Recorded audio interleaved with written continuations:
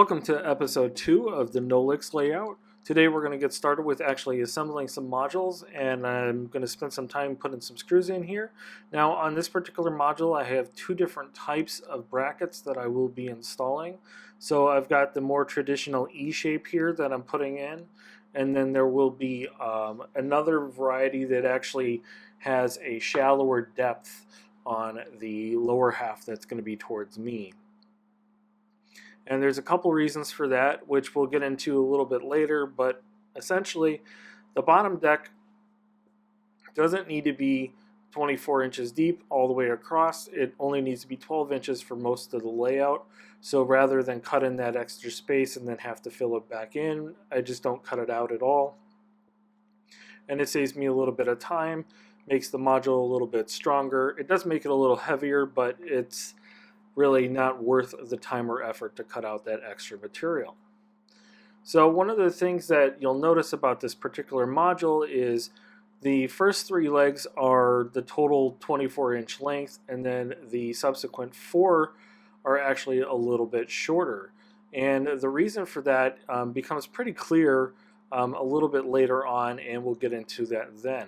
So what I'm doing here now is I'm starting with my 1/4 inch plywood sheeting, and this is a little different from what I normally do with a model railroad build. Normally my minimum is 1/2 inch plywood, but in this case the client was pretty adamant that I use 1/4 inch plywood with Homosote over it, and I'll get into Homosote in a subsequent episode of this series, but essentially it's like a paper board that you can push nails into and stuff, and it's pretty common in the model railroading realm, but it's actually a sound deadening material. So here what I'm doing is I notched out the bottom piece, and then I actually screwed on a nailing plate, so when I go to install this stuff I can.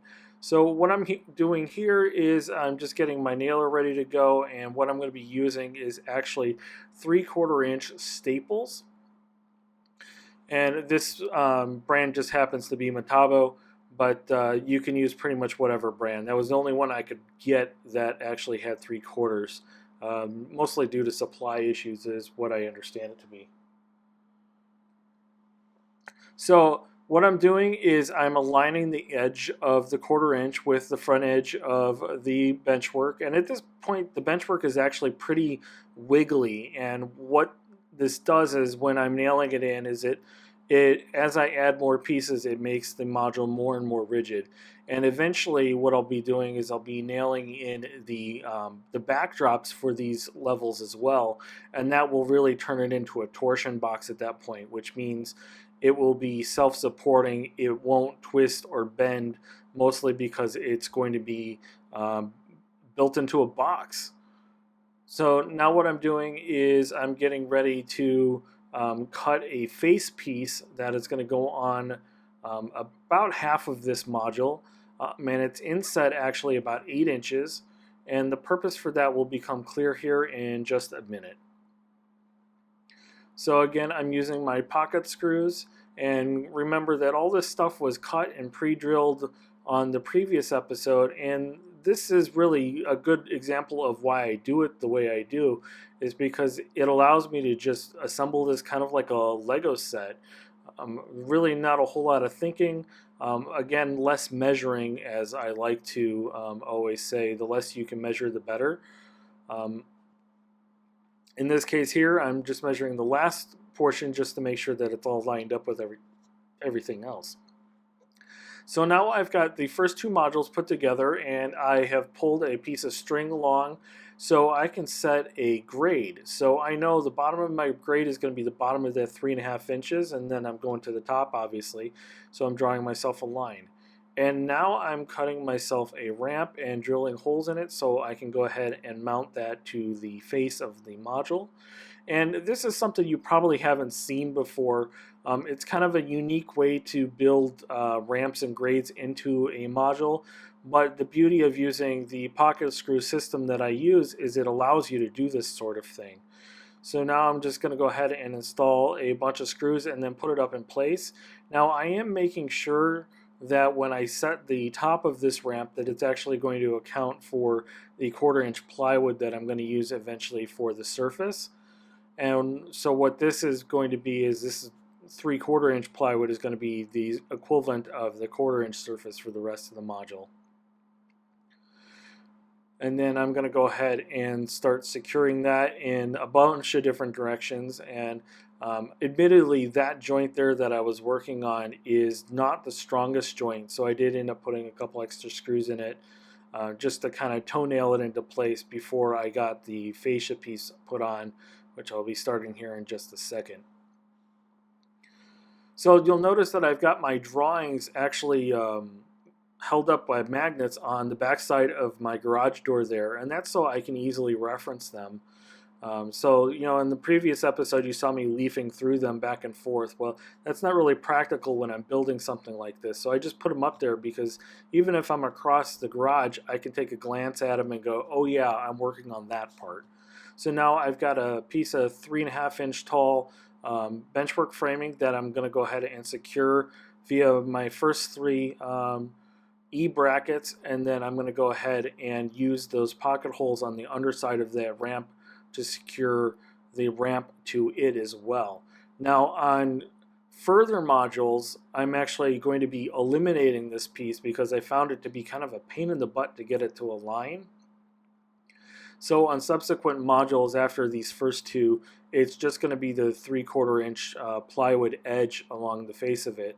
And that does two things. One is it's going to make construction a little simpler, but also secondarily, it is also going to make for a thinner ramp, which allows a larger viewing area for the lower deck, or the middle deck in this case.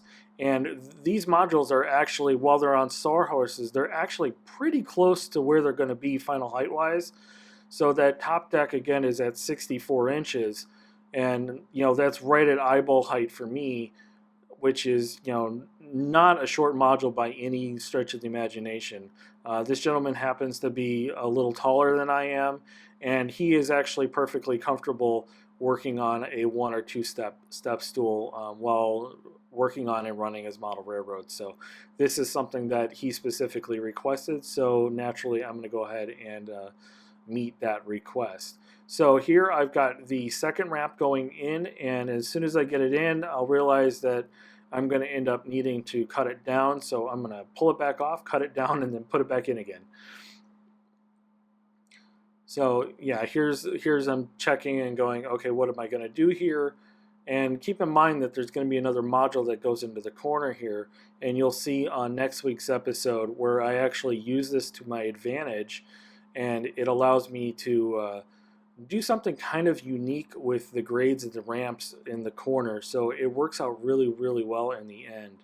So here I actually drew the line on the bottom, and I'm cutting it from the top and watching the saw blade from the bottom, and that gets me pretty close.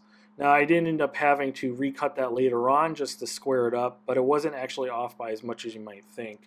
I was actually able to use a sander to get it to square.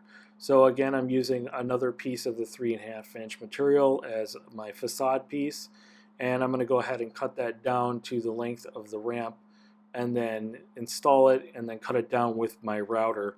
Now my router, I'm just using a flush trim bit, and this bit I actually had just gotten, so I was still trying to get used to it. It is actually a downcut spiral bit, and it's actually my first opportunity to actually use one on this big 1/2-inch router. All of my previous experience has been with a 1/4-inch palm router, and you'll see that pop in and out of my videos pretty often because I like using this technique where, again, I don't measure anything. I just put it together and then I use the router itself to actually cut the material down to size. And it ends up saving time and ends up with a better looking product in the end. So you can see there, even before sanding, it turns out really nice. It's a nice trim way to do this, and just hit it with the sander real lightly just to knock off the fuzzies, and it's all done. So that completes this week's episode. On next week's episode, we're going to actually start building one of the first corner modules, which has got all of the grade components on the lower and the middle deck, and then here's a quick preview of what it's going to look like. And it's a very, very complicated module, but it really turned out really, really cool. So I'm really, really happy to show you guys that next week and take you along for the ride. So thanks for watching, and we'll see you on the next video.